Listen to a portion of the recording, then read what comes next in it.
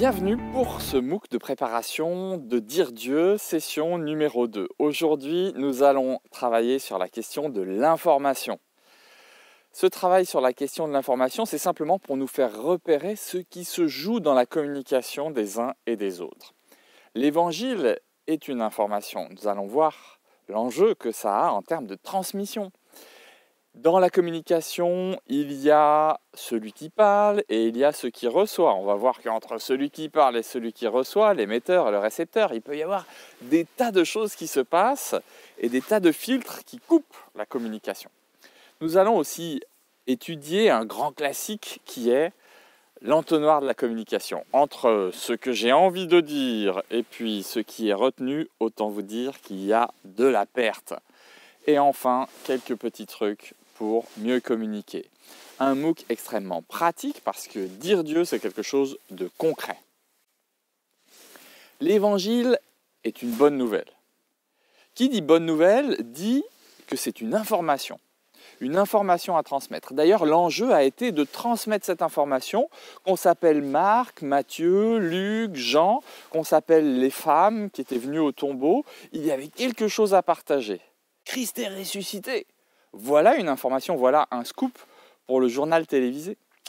Alors vous savez que cette difficulté, on la retrouve dans l'expérience de ce qu'on appelle en français, avec une expression empreinte de racisme colonial et post-colonial, le téléphone arabe. Le téléphone arabe, on en a parlé au XXe siècle à l'occasion de l'expérience de la colonisation, où on s'est aperçu que les publics d'Afrique du Nord qui étaient colonisés, paradoxalement, faisait très bien circuler l'information très vite alors qu'ils n'avaient aucun moyen de type téléphone.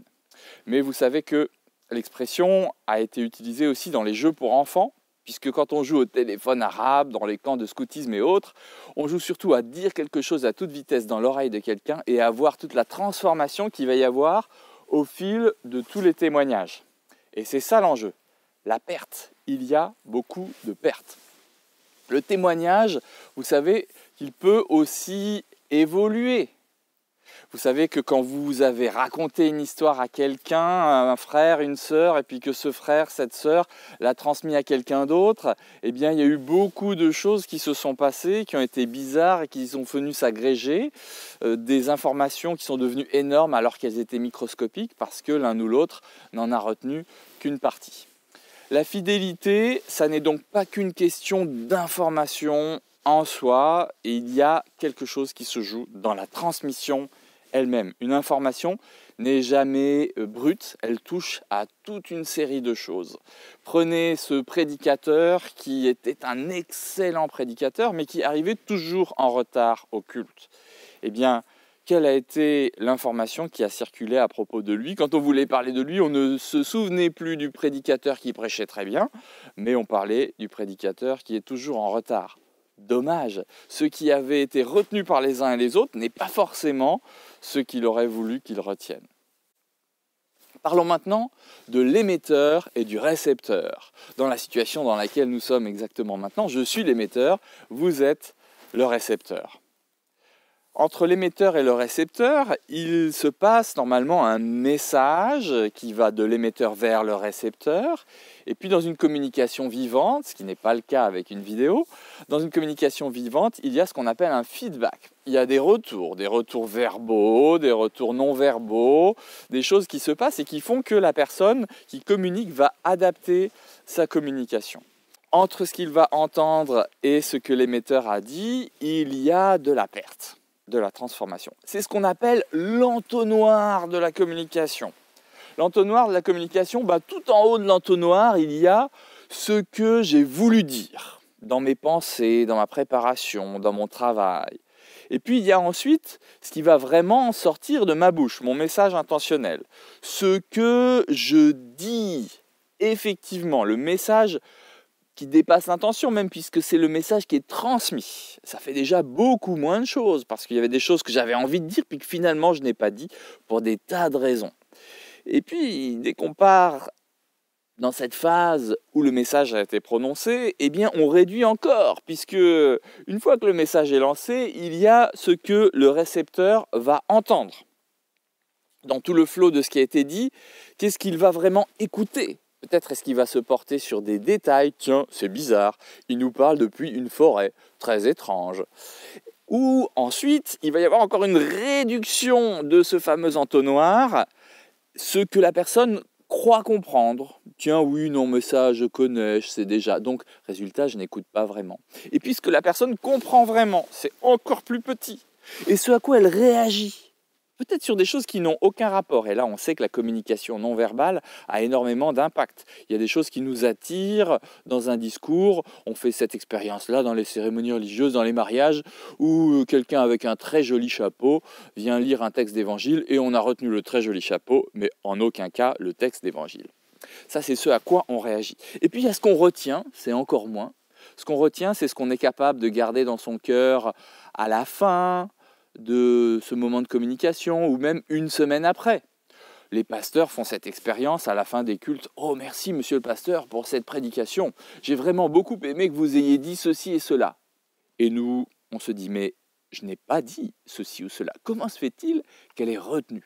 Et puis une semaine après, quand on est le samedi qui suit, « Au fait, la prédication, ça portait sur quoi ?»« Ah, je ne sais pas, mais ça m'a fait beaucoup de bien. » Voilà, entre ce qu'on a retenu et ce qu'on est même après capable de répercuter, là, c'est juste quelques gouttes qui passent, quelques gouttes de l'information initiale de ce que l'émetteur avait voulu dire, qui vont pouvoir être retransmis.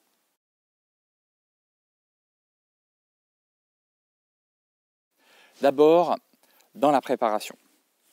Quel est l'objectif ? Si je suis bien clair dans les objectifs de ce que je veux transmettre aux autres, j'ai plus de facilité à le lui passer. Quel est l'objectif ? Ensuite, quel est le public cible ? Parce que suivant les publics, je ne vais pas employer les mêmes images. On l'a rappelé dans la première session de Dire Dieu.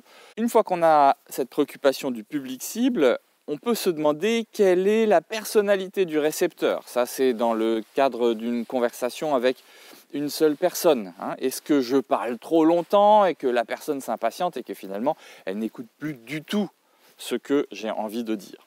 Est-ce que j'ai des informations bien précises que je veux transmettre ? Quelles sont les informations qui sont prioritaires, non négociables, et quelles sont les informations qui sont secondaires, négociables et qu'on peut peut-être oublier ? Enfin, quel est le ton à adopter ? Comment est-ce que je vais parler ? Est-ce que je vais parler avec un langage quelque peu savant, employer certains types de concepts, au risque de ne pas être compris par la personne ? Est-ce que je vais parler avec des images ? Est-ce que je vais illustrer mon propos de telle ou telle façon ? Ça, c'est la préparation. Et puis ensuite, dans le temps de communication qu'on a avec la personne, eh bien, il y a des petits trucs à savoir. Par exemple, toujours commencer en donnant un aperçu global. C'est rassurant. On sait un peu où on va, on sait combien de temps ça va durer, on sait si c'est une longue conférence ou un court propos. Ça facilite les choses. Ensuite, commencer à expliquer des détails importants et, pourquoi pas, essayer de répéter les choses qui sont essentielles. La pédagogie, on dit souvent que ça consiste à répéter 3 fois la même chose.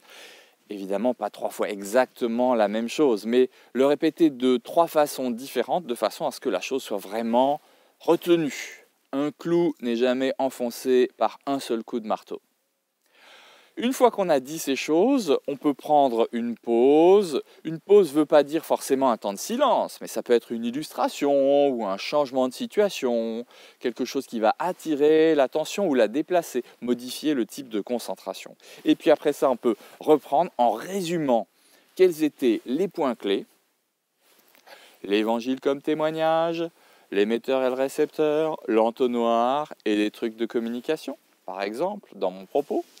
Une fois qu'on a résumé les points clés, et quand on est dans une communication vivante, on peut valider la compréhension des uns et des autres. Qu'est-ce que vous en avez retenu ? Et on vérifie, c'est le feedback. Et puis ensuite, on peut faire un suivi à plus long terme en s'assurant par l'envoi d'une petite note écrite ou des choses comme ça, que les uns et les autres ont bien saisi les points clés de ce qu'on avait envie de communiquer. C'est un peu cette expérience qu'ont fait tous les témoins de Jésus-Christ, que ce soit hier ou aujourd'hui, et ce sera aussi la même chose demain.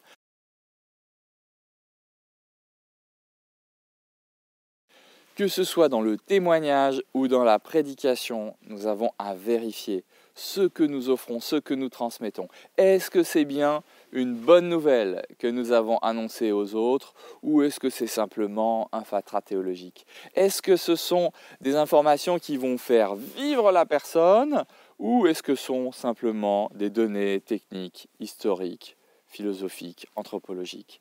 Voilà les questions qu'on peut se poser.